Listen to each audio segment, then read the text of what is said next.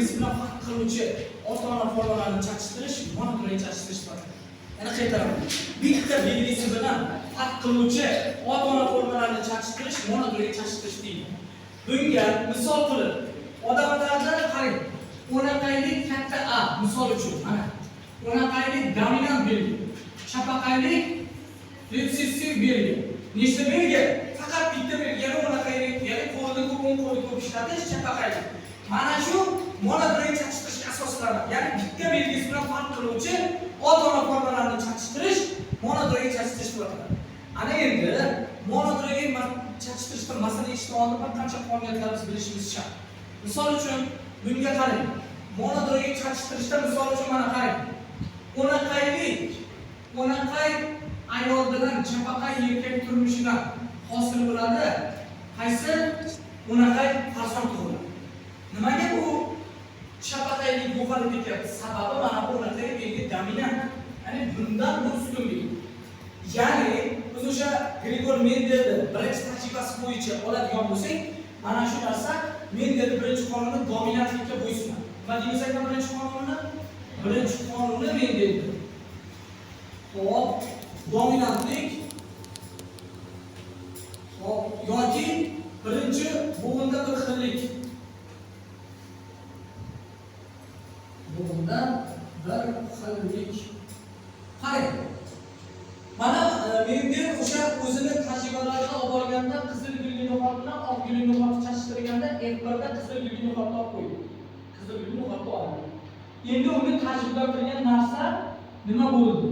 Mana bu belgi qanday yo'qolib qoldi degan savollarni qiynaydi. Ya'ni menda qizil bilan oq bo'ladi. Nimaga bu qizil yo'q? Faqat qizil hosil bo'lib qoldi, oq yo'qolib qoldi degan narsa o'ylab turib, Mendel ikkinchi tajribasiga asos soladi. Ya'ni belgilarda ajralish qonuni.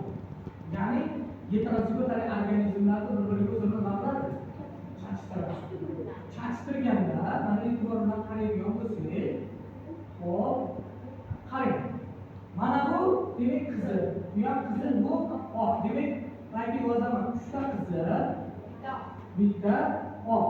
O'zi va bu ikkinchi qonun kashf qilgan bu ajralish qonuni. Tushunasizmi? Birinchisi dominantlik qonuni edi, mana bu edi, mana. Faqat mana qizil hosil bo'lishi va buni o'zaro chashtirib ikkinchi qonunga qanday asos soldi. Ana endi qarang. Endi bitta tushunchani bilishimiz kerak. Genotip, fenotipni ajratishni bilishimiz kerak. Qani men yozaman. Mana bu yerga. Fenotip organizmdagi tashqi belgilarning yig'indisi. Yozaman. Organizmdagi barcha belgi va xususiyatlar yig'indisi. Belgi va xususiyatlar yig'indisi. Endi qarang, genotipchi, genotip genlarning yig'indisi barcha.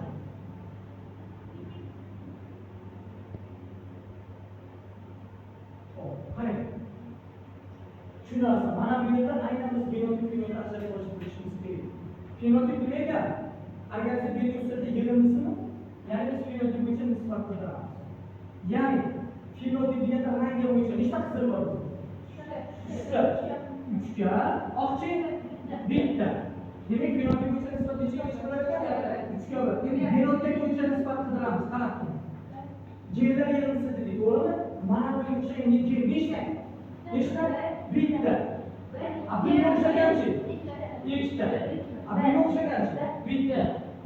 Shu oldinda qanaqa genotip bilan fenotip ajratib olishimiz kerak. Eng muhimi, monoklorli chatishtirishda sizlarga tushayotgan masalalarning 90% oshig'i heterozigot organizmlarni chatishtirishga xarakterlanadi. Bundan orqada juda kamdan-kam tahlil chatishtirish bilan bundan yangi masala deyarli yo'q. Qonuniyat mashhur qonuniyat o'zgarmaydi. Shuni bilsangiz bo'ldi. Fenotip bo'yicha 3 ga 1, genotip bo'yicha 1, 2, 1.